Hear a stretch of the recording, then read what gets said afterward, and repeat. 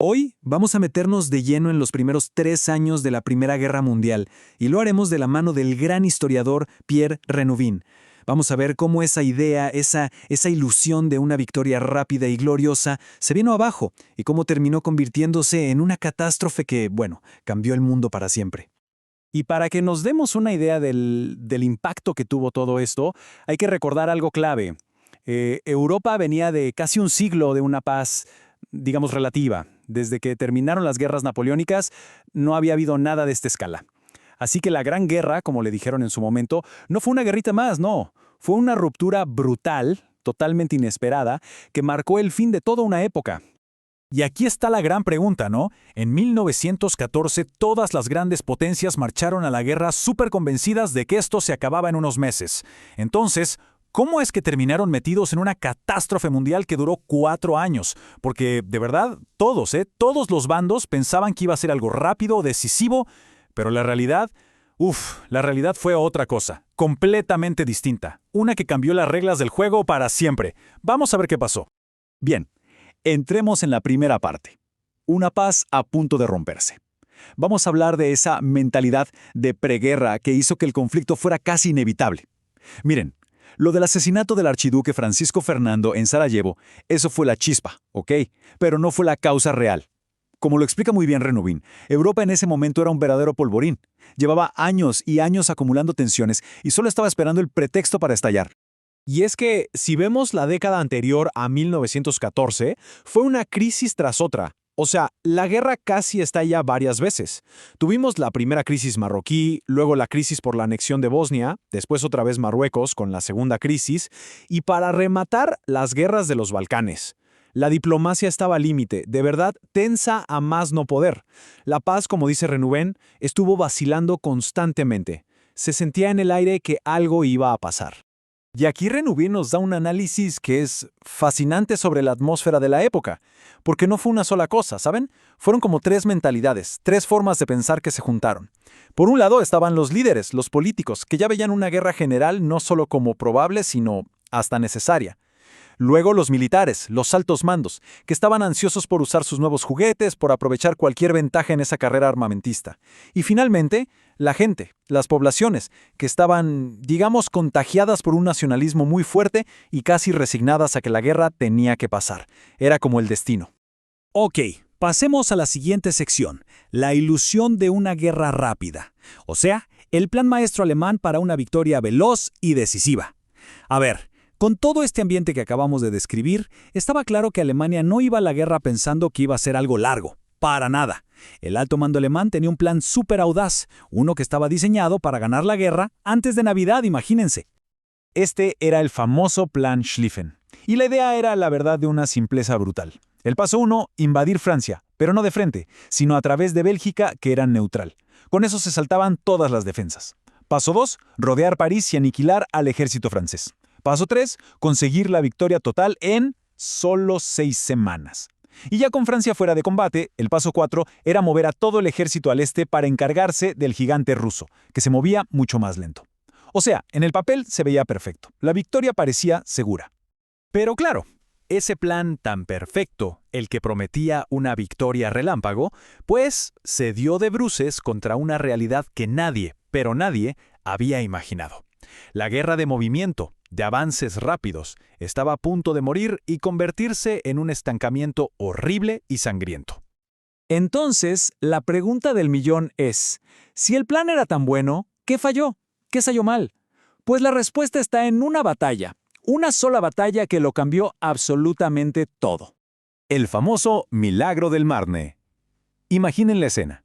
El ejército alemán ya estaba a las puertas de París, casi saboreando la victoria. Pero el general francés, Joffre, se dio cuenta de algo. El flanco alemán estaba muy expuesto. Era un punto débil. Y no lo dudó.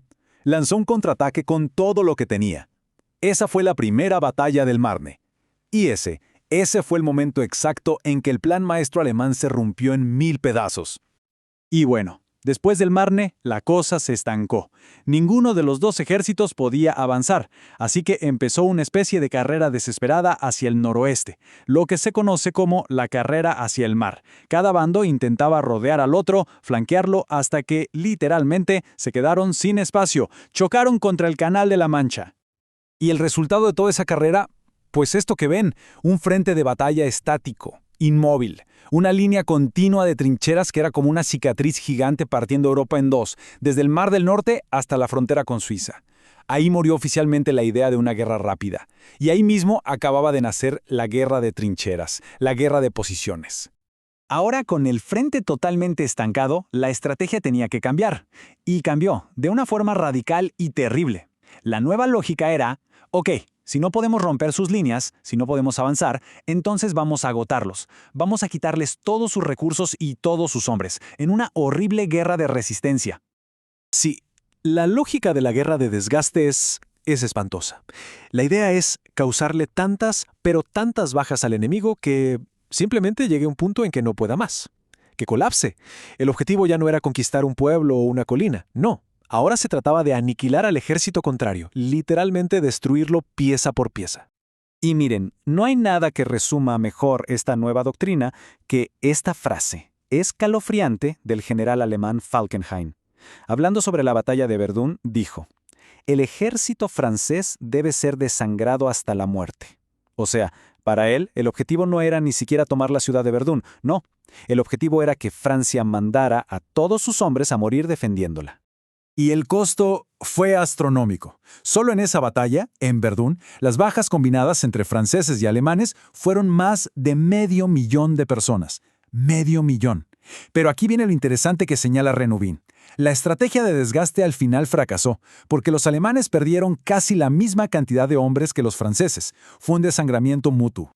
Y claro, los aliados respondieron con la misma moneda, igual de terrible. Su respuesta fue la Batalla del Somme, que fue su propia versión de una ofensiva de desgaste, y se convirtió en una de las batallas más sangrientas de toda la historia. Imagínense el resultado después de meses de combate, más de 1 millón de bajas entre ambos bandos. ¿Y para qué? Para avanzar unos pocos kilómetros de terreno. Desolador. Llegamos a un punto clave. A finales de 1916, la situación era terrible. Ambos bandos estaban totalmente exhaustos. La guerra parecía un empate sangriento que no iba a terminar nunca. Pero entonces llegó 1917. Y con ese año, 2 giros en la trama. 2 eventos monumentales que lo cambiaron todo. Por un lado tenemos a Rusia, una de las potencias principales del Entente, que simplemente colapsa.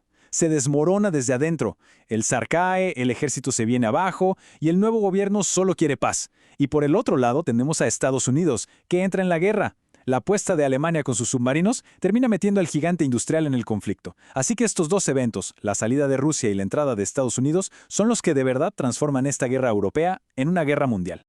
Y el colapso de Rusia fue increíblemente rápido. Todo empezó en marzo de 1917 con disturbios por falta de pan en Petrogrado y eso terminó derrocando al zar.